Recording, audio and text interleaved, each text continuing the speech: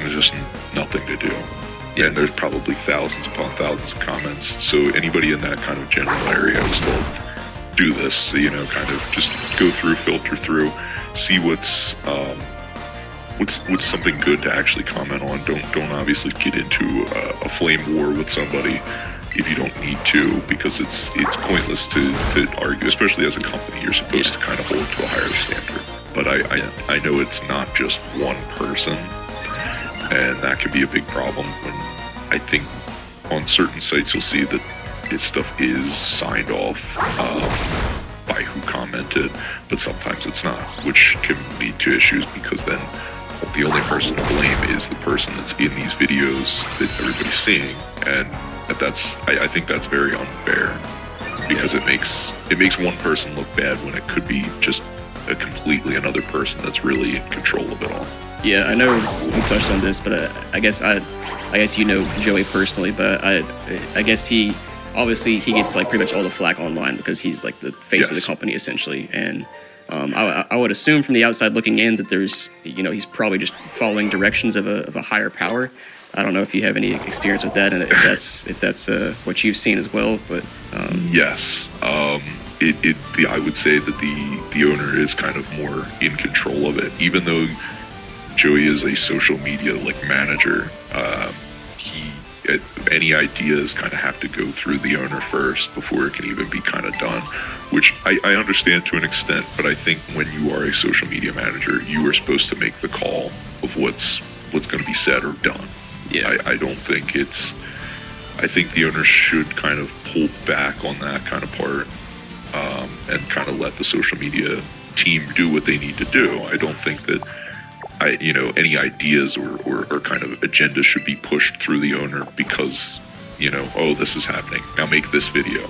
Because I can definitely see that's why the refurbishing video that came out a while back happened, because it's just kind of like, oh, this person on YouTube's talking about this, make a video, quick, make a video to kind of save face. And that's, I don't think that's fair, because it could easily have just been, and I do understand that it should be addressed, but it could easily have been ignored, or it could have easily been hey, mistakes happen.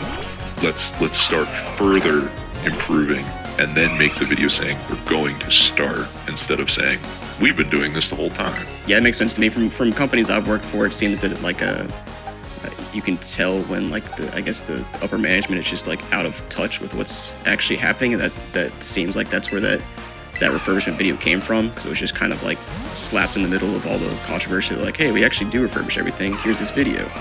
Which I honestly, I think it made it worse, because people are seeing this video of him, claiming to open up every console and clean every console and fix them and whatever, and then the comment section on that video is terrible, because everybody's just calling him out for that. But yeah, that's interesting to hear, because I guess how involved was do you know that the owner was just in everyday operations? Did he work at the warehouse and that sort of thing? So I think at this point it's kind of okay, I can just come in whenever because I'm the owner, which again, understood. But I do know that it was kind of watching over what everybody did in social media to make sure everything was done the way it needed to be done, and things like that. I think that was a big component, making sure what people were doing, what people were saying there, and that can be a big problem, especially when you're just you're doing what you're told, but then you're told, do more of this instead. Flip-flopping on ideas, and I think from when I was there, I remember just kind of being lost in some of that, because it was always well, this idea doesn't make sense. But then it would become something that was a trend, or it was something that was really popular, and then we're he wants us to do this. But I said this, last week, let's do that. So it was always kind of one of those things where it is definitely somebody out of touch with what's going on, and that causes problems. And then it would always be just make this, make that, do this instead. And I'm okay. But I do think that is a component to the comments and stuff too. As I know recently there was one about somebody being, jealous of our success kind of thing. And I was like, that doesn't sound like anybody on social media, because they would easily get in trouble for doing something like that. Yeah, that definitely sounds like an owner type of comment, because like I would assume that employees, like, obviously they care about the success, but like ultimately it's not, the success of the company is not lining their pocket, it's lining the owner's pocket. So that sounded like an owner turning on his phone and being like, here, I'm gonna comment on this and leave this comment. And that even makes more sense because I haven't seen it deleted yet. Like there's other comments I've seen that are like, not as bad as that, but like a little bit like out there, and then they're deleted, like a day or two later. But that one is still up there. Yes, so. I do remember that being a thing. So if a comment didn't meet a standard, it was talked about. It was kind of like, well, why did we make this comment, or who made this comment, and then eventually deleted because it was something that didn't meet the views or standards. Yeah. So if that comment hasn't gotten deleted yet, then definitely that makes a lot more sense now. Yeah, the last time I looked at it, which was a couple of days ago, it was still there. And so I'd been there for like a week. So yeah, that definitely sounds like it's like the owner made that.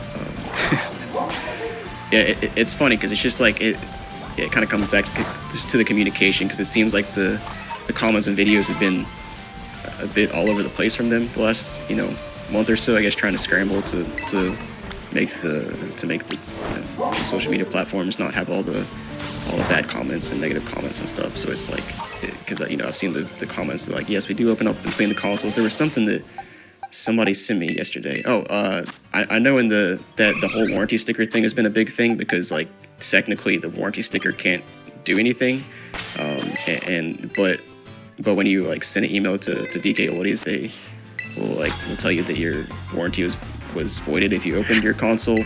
But then I saw somebody sent me a screenshot yesterday that they replied to someone told them, like, sent them the actual like 1975 act or whatever that has to do with the warranty stuff. And then I think it was on Twitter, the DK Oldies replied and said, yeah, sorry if it was ever confusing in the past, but removing the warranty sticker doesn't actually void the warranty. But that's like different than what they've told people in emails. And so it's just like I've seen that a lot, because I've been paying too much attention to what they're posting recently, but I've just seen like so much of the like back and forth, and it's like there's two different people commenting stuff and they're like not on the same page, and I don't know how you avoid that, but that definitely seems to go back to the whole communication thing. Which is I do think that sticker thing too. I remember. I know that their policy is not like hard forced. Like you can't do this. Or I know with the because I think it's a 90-day warranty, right? Something like that. Yeah, from what I've seen, they used to. When I first saw the website, they called it a 120-day warranty, and then recently I think they upped it to like a year. I don't know if it still covers the same stuff or what. So I know that it wasn't like something that they like hard forced, that they weren't like, well, you did it then. But obviously if you were to come back like 3 years later and go, hey, this is broken, they're not going to. But I know that if it was like a couple months after the warranty just expired, I know that they were kind of fair on it. And I know that the replacement process is pretty fair. I know that they're not like immediately like, because that was the thing I remember, it was always weird that it was like, there was a point where we were told, just send the stuff with a shipping label, they'll send their stuff back.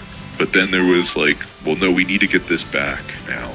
No matter the price point, we need to get the item back first, find out what's wrong, then send it back. Now, I don't know if they've gone back to the original, just sending it out, but it was very like back and forth on what the idea was. And I was like, well, that's not clear to a customer, and that's going to be very unfortunate for them, because I know some people don't have printers. Some people don't have the stuff to return the label. Yeah. I know when I just got this replacement PS3 a few days ago, they sent the replacement PS3 first with the label, and then now I have to send the old one back to them. So they seem to, I guess, at least with mine, they've gone back to the old way. I don't know if they're doing that for all of them. But do you know how many? I guess it'll probably bigger now, but do you know how many people work for DK Oldies, at least when you were there? I want to say maybe like roughly 30 or 40 people. I know it's not a huge place. It's not, I don't want to say it's like they hire a bunch of people, but it does seem like it is it's a decent amount of people for what it is, and what they're running. But I don't know if it's changed since then, if they've been adding more people because of different departments, or if any expansions are happening. But from what I remember, about 30 or 40. Gotcha. I don't know if you have any insights into this, but do you know where most of their customers come from? Like, do they come from? This is probably, I would assume this is probably above your level, but like, I don't know if they're getting most of their customers through Facebook ads, or if people are coming through TikTok or YouTube. I don't know if you have any insights into that kind of stuff. I'm just curious. I would say recently, from what I've seen, it seems like TikTok has been their big boom. I do remember, there would be the frequent people that like lived in the area that would just come to pick their stuff up curbside. So they knew because they've been there before. Gotcha. But I think a lot of their stuff does come from online on Facebook, because I know that they're heavily geared towards a like Nintendo era, I would say. So NES stuff, that's really what they're kind of geared towards. I don't want to say that they're not like fully involved in the newer stuff, but I want to say that's kind of where their target audience was. From when I was there, it was just kind of, we're trying to reach that Facebook audience of people, because they're going to be interested more into getting that kind of stuff, whereas a lot of people weren't ready to get into PS2 or anything newer just yet. Yeah, that makes sense, because I know, I guess I'm making assumptions here. From looking at the website, it looks like the NES and like Super Nintendo listings and stuff are more polished than the 360 and like PS3, because I haven't bought any of their old stuff, but I bought their 360 and PS3, and like, which kind of goes back to the they didn't have the option for OEM versus third-party controller, and it just like seemed a little bit more up in the air what you're getting versus if you look at like the NES listing or Super Nintendo listing. That makes sense hearing that, because I know like the thing I was most concerned, well, not most concerned about, but the thing I saw with the 360s and PS3s I got were that the thermal paste was never replaced, but like that's like those consoles, like it's I understand that like saying refurbished is kind of up in the air if you replace that kind of stuff, but it's like, I know with those consoles specifically, it's like if you don't replace the thermal paste on those, especially the older PS3s and 360s, they're just like bound to die. Oh yeah, do you know, I guess, when they started like really blowing up? Because I know I heard about DK Oldies maybe a year or so ago. I saw them on TikTok or Shorts somewhere, and I know there was some time recently when they were like really blew up on social media. So I would say like orders were fairly decent when it started. Now I would say yes, they're big like boom to everybody knowing who they are, outside of just kind of anybody that was in that like small group of retro gaming collections. I think that the YouTube Shorts thing and TikTok definitely helped. I know YouTube Shorts was a big one because when they started doing them was around the time YouTube was just implementing Shorts. So what happened was YouTube really pushed hard on Shorts. Yeah. So that just gave them the easiest boost in the world, because YouTube needed stuff to put to Shorts. Yeah. So they just kind of full forced it, and it seemed like that helped. And then, of course, when TikTok did the orders, we're going to pack your order thing, I think that really just sent them skyward. Yeah, no, I see so much on their comments of people like, please don't fill my order, and it seems like do you have any idea like what the percentage is of people that actually get their orders filmed versus like, I don't know how many orders come out? I'm trying to remember offhand, but I don't think I can remember. It's neat. I do think it's a smart business strategy to do that. But I remember the big thing everybody made fun of, and I think slowly once they got out of their probably like budget and started getting more orders. But I remember everybody always did the keychain joke. I always saw that everywhere. It was just everywhere. Yeah, I was seeing that keychain joke until like a couple months ago when people switched their joke to the whole waiting and refurbishing thing now. Yep. And yeah, there were some funny ones back then. But I do remember. I think YouTube Shorts was the first time I saw DK Oldies, because I was obviously on YouTube a lot, and I think I saw their stuff pop up. It sounded like when you were on social media, it sounded like you were just, I guess, being held back creatively by the higher powers, I'll call them. And do you have any more, I guess, thoughts on that? I guess now probably it's easier. It seems like they are a little bit more creatively free with what they're doing, because I don't know if you've seen recently, they've done just the whatever the Boxman thing is, or these POV videos. I remember a big thing was that they were very, like, strict on who was allowed to be in videos and who wasn't. Obviously, they wanted to keep Joey the face, but I know that they were very like, no, don't show yourself in the video. Kind of focus on that, which makes sense. I do get that. Don't try and make yourself the star of a game store video. But I just remember just being like, okay, this is a cool idea. This is a neat idea. I know we were making short videos, very very short stuff, because it was to just keep that, like, just short and sweet, so that everything made sense. But I think the hardest part was to try to push it into advertising. I do get that you're supposed to be advertising, but I think any of those social media brands like TikTok or any of that should also just be kind of a fun way to get the business out there. I don't think that every video should be an ad, because at some point then people will stop being interested. They're not going to care if I make a video and say, oh, well, you can buy this here at TK Oldies. I think that was the biggest issue, was that, and then being set under the idea of a video, or the video you make has to be something that's going to reach 1 million every time. It couldn't be like a 600,000 view video. It always had to be 1 million. So if an idea wasn't like foolproof, you couldn't do it. You were just kind of refilming stuff. I know a lot of people started to notice that, like, on certain videos they would do, it was like something that was done like 3-4 months ago that got 1 million views. And you just still slowly started to notice, you're like, didn't you already do a video on how this happened, or how this is something?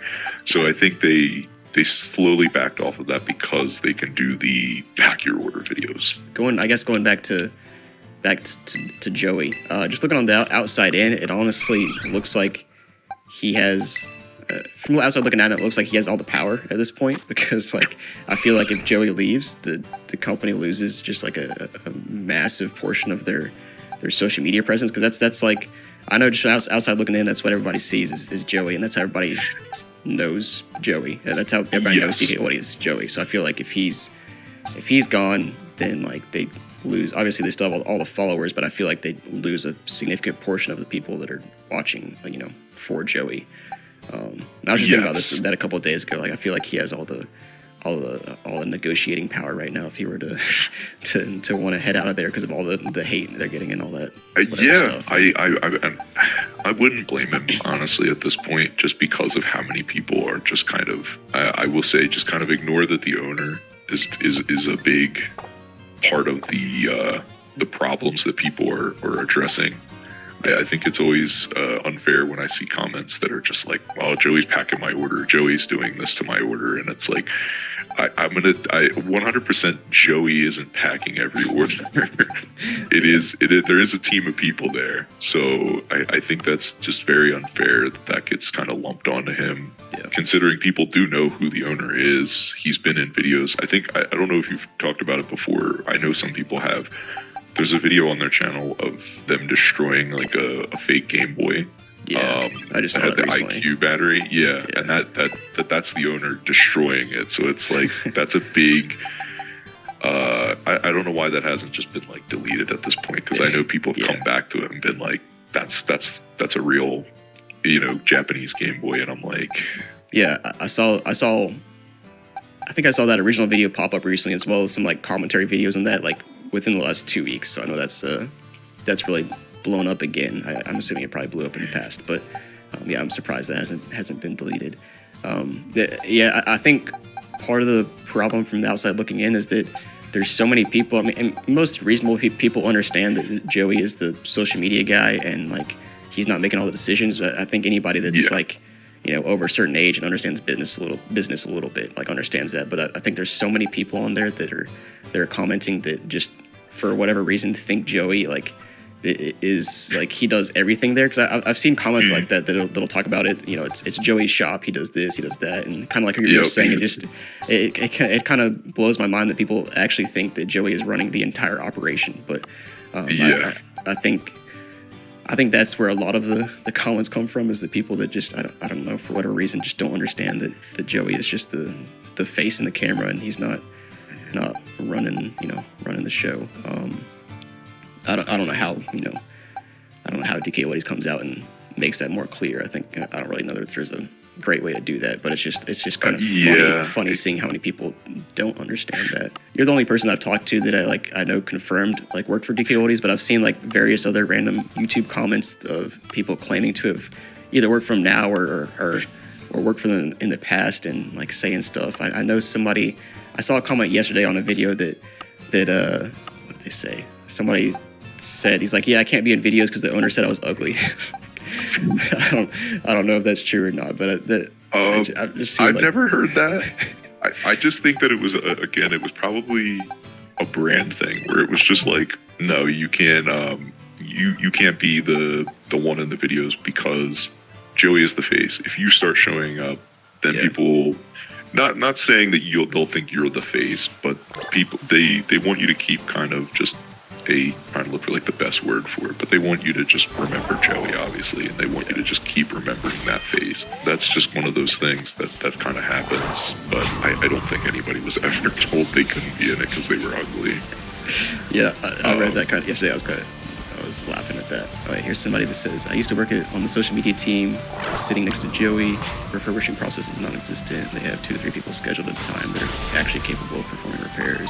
Okay, that's not a comment I was looking for. But it was a reply to this comment that somebody said, yeah, I couldn't be in videos because I was ugly. I thought that was funny. I mean, that does sound pretty accurate. I mean, if somebody, because I know that table is kind of there set up for where you sit near Joey. So that does sound a little accurate. I don't know who that person is, but I know that there have been many ins and outs where people kind of would be there, leave, go back for social media. So it was kind of, at that point, it was kind of a revolving door. But I don't know if that's kind of just been kind of nailed shut now at this point where they've kind of got a team.